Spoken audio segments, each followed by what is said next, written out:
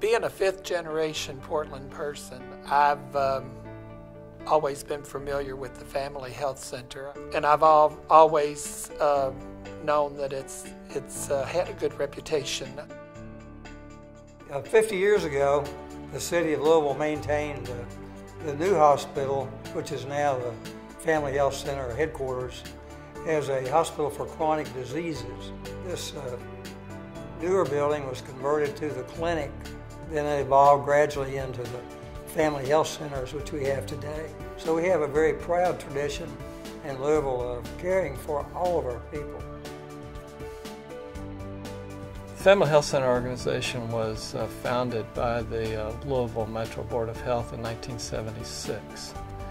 Over the years, this site has grown from just one location to 7, serving residents from across the Louisville metro area. Kentuckians face many challenges in achieving optimal health and wellness, and similarly, here in the Louisville metro area, we see many patients with chronic diseases such as diabetes, hypertension, high blood pressure, cardiovascular diseases, obesity, that really require the patient and their families to become more invested in taking care of themselves and managing their own health care. We foster an environment where we encourage our patients and their families to invest in their own health and wellness by providing a broad range of health promotion, health education, and wellness classes. The Family Health Centers is the largest federally funded community health center in the state of Kentucky and one of the largest not-for-profits in the Louisville area, and yet many people aren't aware of the important work that we do. The Family Health Centers provide a broad array of primary care services to all ages through our team of physicians and nurse practitioners specializing in family medicine, internal medicine, pediatrics, and obstetrics and gynecology, as well as diagnostic services provided through the lab and x-ray departments. In addition, we provide behavioral health services, which include both social services and mental health services, dental services, pharmacy services, health education classes, and nutritional counseling. So many individuals in our community either don't have access to healthcare, or the healthcare that they do have access to is so impersonal and distant that it's a disincentive for them to do anything to really improve the quality of their healthcare or the quality of their lives. If there wasn't a Phoenix Health Center, clients would be going to the emergency room. And so what we're doing is we're saving the community hundreds of thousands of dollars a year. For the individuals who are experiencing homelessness, just the fact that they're homeless, I mean, that's the trauma of that alone is phenomenal. But then if they have depression, anxiety, bipolar, schizophrenia, all of those are exacerbated by the fact that they're living outside or living in very cramped quarters and shelters. Once we've engaged them, worked with them, and helped them get into housing, living successfully for years and years and years, we are helping people who really are at the bottom rung of society. There is no rung below homelessness in our community. I mean, those are the individuals that you look at and say, we are making a difference. Before I became a non-smoker, I coughed so bad we couldn't complete this sentence in a conversation. My husband and myself, we came here seeking help for our smoking habit. And we enrolled in the Cooper-Clayton method to stop smoking ourselves. I smoked 43 years and I'd been wanting to stop, but it's something that's really hard to do. The people were very supportive. The lady that runs the program, she's very supportive. And it was just a very positive experience for me. At Americana, with us being the only provider up until most recently to do refugee health screenings, we were seeing 1,500 new patients per year just as refugees. We have learned from the ground up. Before Americana started, there wasn't necessarily a specific site that was doing comprehensive refugee health screenings for the city of Louisville. So it's been a learning process, but I feel like that many of the staff that work there have been there from the beginning, since we opened back more than 4 years ago. And I feel comfortable saying that I know that I'm in the right place. If I can help a person understand that someone cares, that someone's listening, and someone wants to provide them great care, then I know that I've done my job.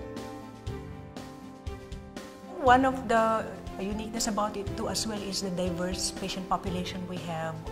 We have many people coming from many different backgrounds, different ethnicities, different types of communicating. So, and that's what I also like about family health centers, is that we can cater to these people.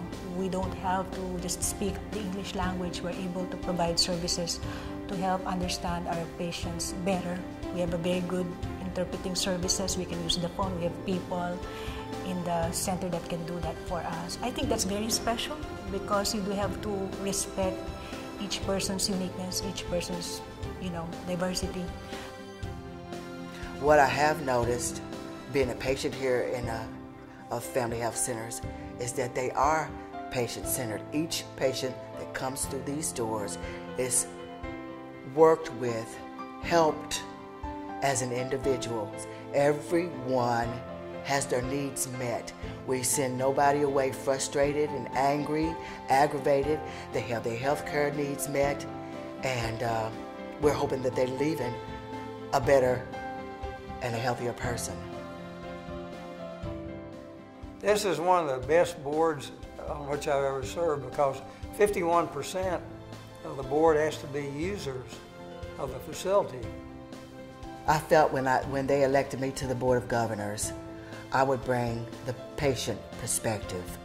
It gives us an opportunity to take whatever we learn and give it back to the community with a better understanding of what we're sharing with them.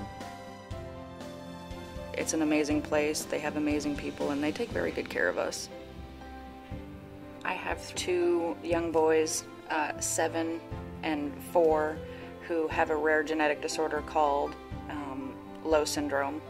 They were both born with cataracts, low muscle tone, kidney problems, seizure, mental retardation, as well as bone issues.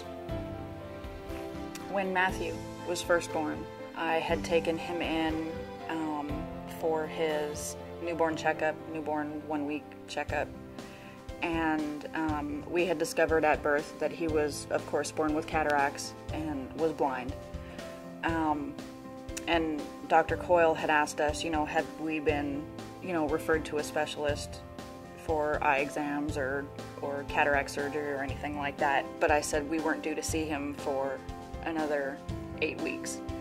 She stood up and said, "Unacceptable," and walked out of the door, and she came back about 10 minutes later with an appointment the next morning at 9 a.m. We're currently experiencing far greater demand for services than we have the capacity to meet. Every day and every week, we're forced to turn away new patients who are seeking care. So we know that there are tremendous opportunities for growth. One of our goals is to increase the community's awareness, because we need their help. Well, I think that most Louisvillians do not realize that this safety net exists for people who are unable, for various reasons, to afford health care. And we need to get the word out. I think for the future, we see ourselves as needing to meet an expanded role in the community.